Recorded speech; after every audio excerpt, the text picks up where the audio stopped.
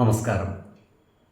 വേദാംഗ ജ്യോതിഷത്തിലെ അമൂല്യമായ അറിവുകളും ആധ്യാത്മിക ജ്ഞാന ഉപദേശങ്ങളും പകർന്നു തരുന്ന പ്രശാന്തം ആസ്ട്രോ ചാനലിലേക്ക് ഏവർക്കും സ്വാഗതം.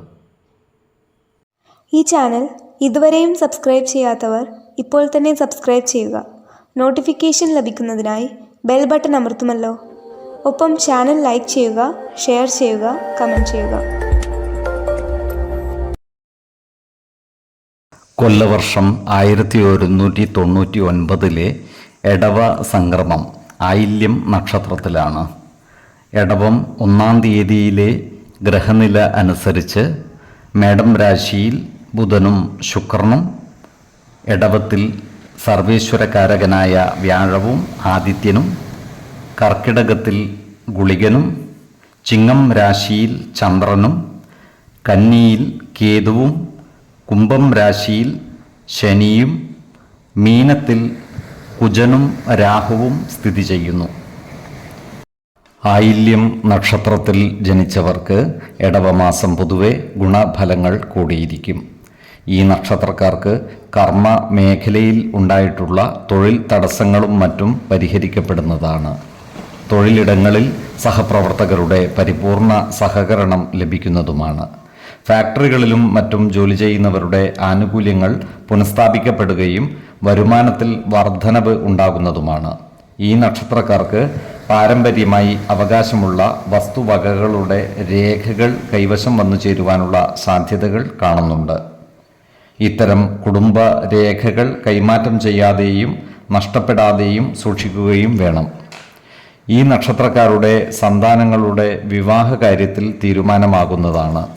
വിശ്വാസികളായവർക്ക് ജാതക പരിശോധന ചെയ്ത് വിവാഹ കാര്യത്തിൽ അനുയോജ്യമായ തീരുമാനം എടുക്കാവുന്നതുമാണ്.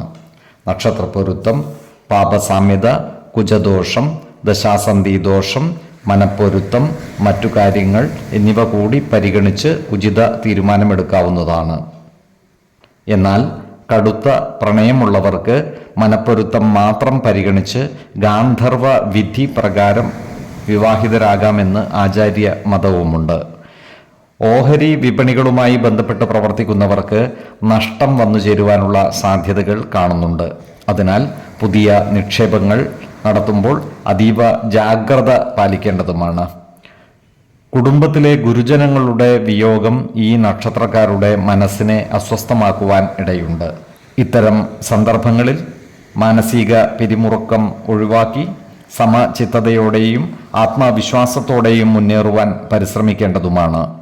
3, 16, 29 തീയതികൾ അനുകൂലമാണ്. ഈ നക്ഷത്രക്കാർ ജനിച്ച സമയത്തെ അടിസ്ഥാനമാക്കിയുള്ള ജാതകത്തിലെ ലഗ്ന രാശിയുടെയും ലഗ്ന അധിപന്റെയും സ്ഥിതിയും ശുഭ പാപ ഭാവങ്ങളുടെ സ്ഥിതിയും ഓരോ രാശിയിലെയും ഗ്രഹങ്ങളുടെ സ്ഥിതിയും അനുസരിച്ച് ഇവരുടെ പൊതുഫലത്തിൽ ഏറ്റക്കുറച്ചിലുകൾ ഉണ്ടാകുവാനിടയുണ്ട്.